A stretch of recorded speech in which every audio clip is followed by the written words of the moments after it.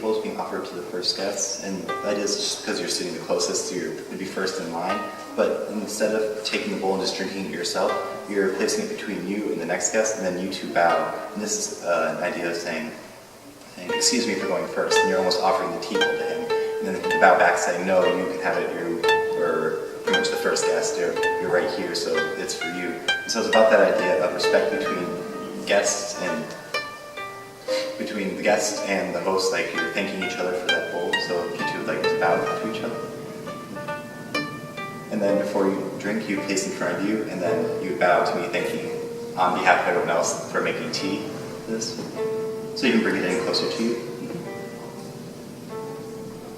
Then we bow out of respect, and then you can see there's lots of turning to the bowl, so that was because you try to respect one side of the bowl. Typically, there's a beautiful painting, and so many of the bowls that you'll have today have a more decorated side or painted side. And so out of respect to the artist, you have that towards you so you can view it, but when you're drinking, you'll pick up and place on the left palm. And then you'll turn slightly, so it's about 90 degrees clockwise, and that way the front is now facing the rest of the guests, so they're able to view the bowl while you're drinking. And so then this whole tea bowl is for you. You can drink at your pace. It might be a little warm, so be careful. So at the start of the ceremony, he cleaned all of the equipment in front of you, but that was really sort of a psychological, spiritual cleaning, and also just get everyone slowed down kind of in the mind frame of having a quiet, tranquil tea. But now he's doing everything in reverse order. He's actually going to physically clean everything so that you can put it on display for you, and also so it's ready if you were to have another tea after this.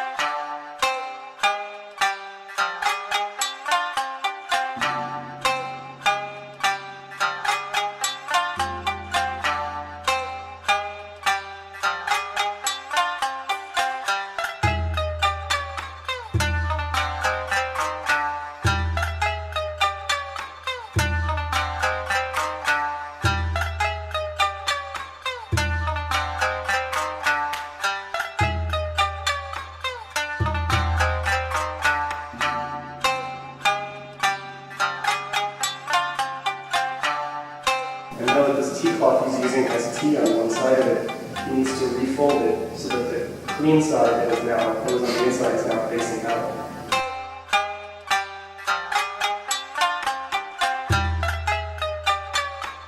He'll fold it in such a way so that when he puts it inside of the tea bowl, it will serve as sort of a rest for the whisk so that the whisk doesn't jostle around when it's being moved.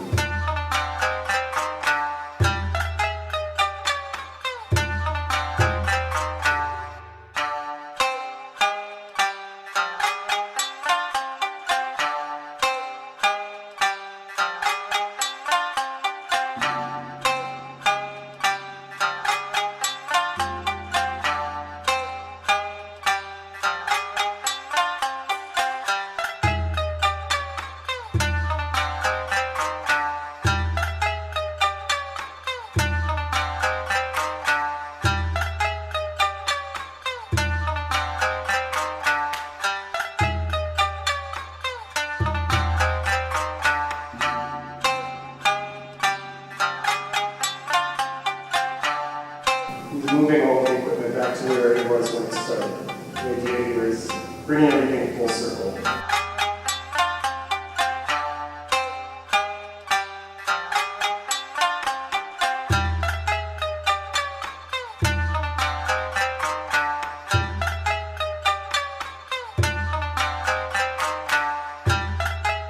So this is both utilitarian and aesthetic. The idea is everything is back in place, we're ready to do more tea afterwards.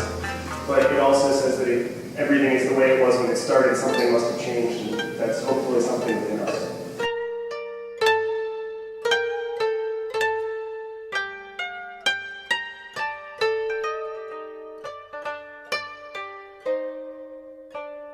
And now to demonstrate that he's done making tea, he's going to fold the fukus of the tea napkin and place it on top of the cold water jug.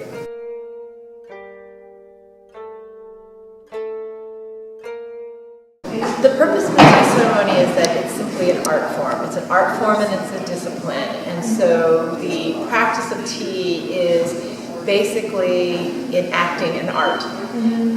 But the basis of tea ceremony are four principles: harmony, respect, purity, and tranquility.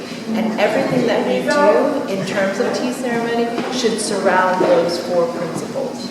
So how we interact with one another, how we conduct ourselves, how we interact with objects, how we touch objects, how we interact with nature.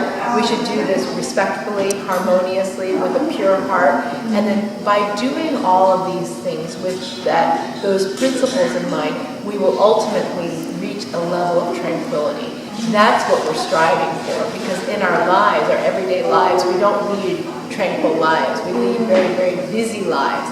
And so the tea ceremony enables us to focus only on one thing.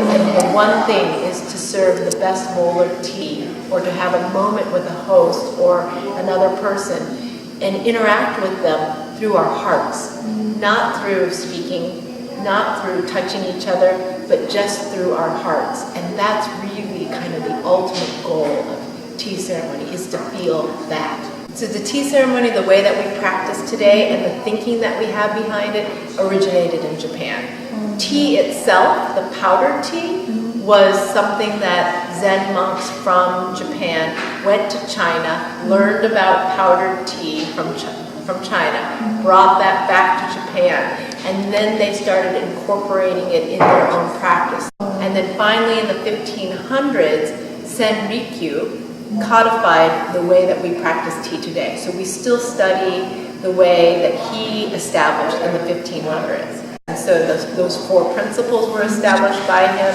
the way we do our movements were established by him, etc. So it has a very long and rich history. The philosophies behind it and thinking behind it has stayed the same, but the tea ceremonies, like different styles of tea, have developed. Many different styles of tea have developed since that time period. There's actually over 850 different styles of tea to practice. So Senrikyu developed several, but not 850.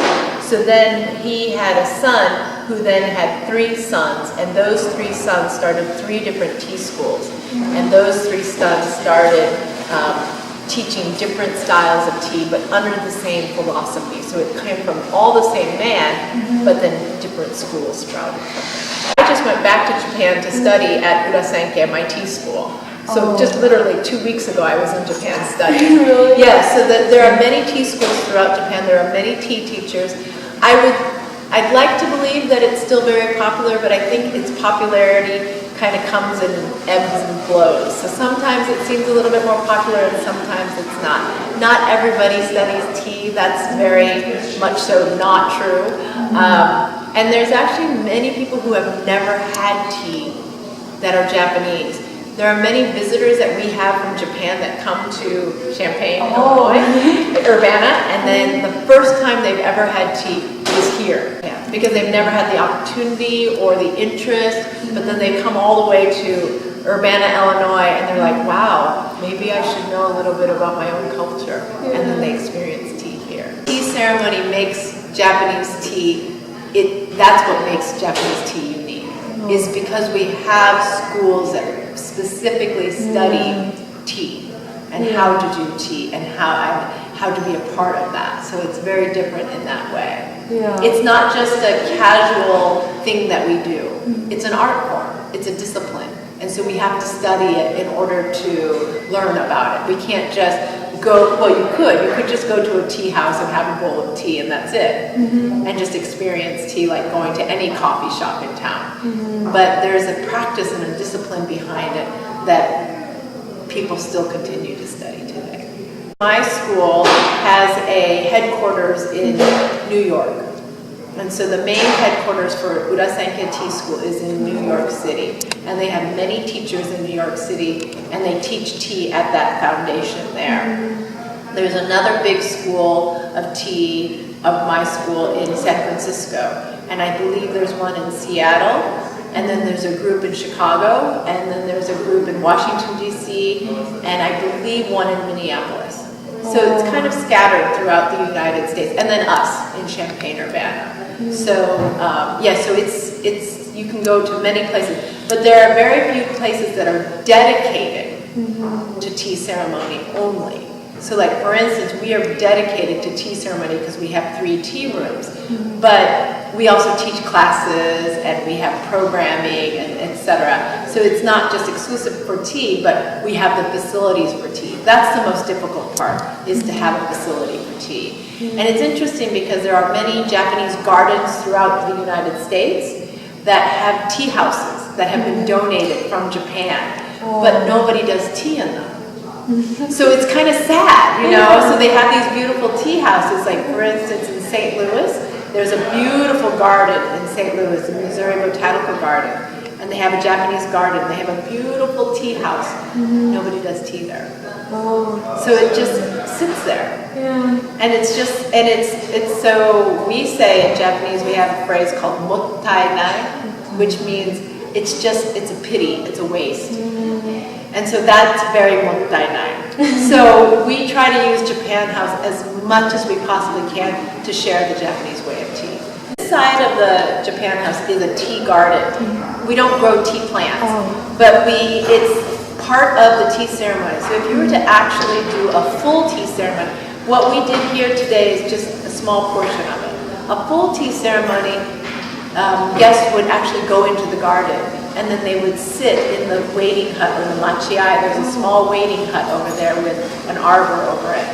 And you would sit there, and then the host would actually ring a bell, and then you would start to come for tea. So you would actually be in the garden for maybe 10, 15 minutes or so. And then you would hear the bell, and you would go, and then there's a little fountain there, which is called tsukubai.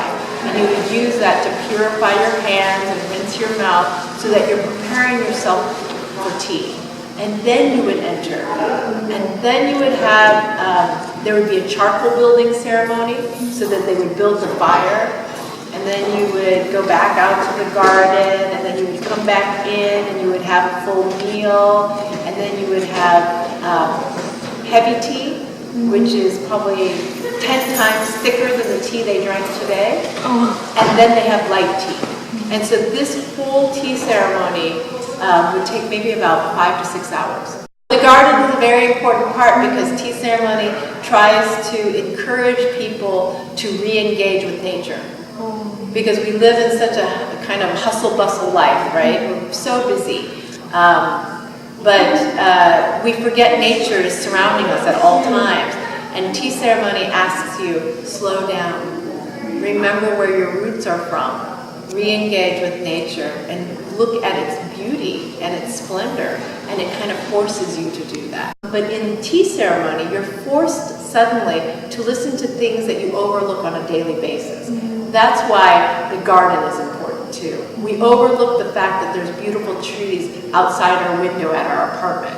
When we walk on the quad, there's gorgeous grass and trees, but we ignore them. And so simple things like the water pouring, we ignore those things, but in tea ceremony, suddenly it becomes very important and beautiful, and that's what tea is all about.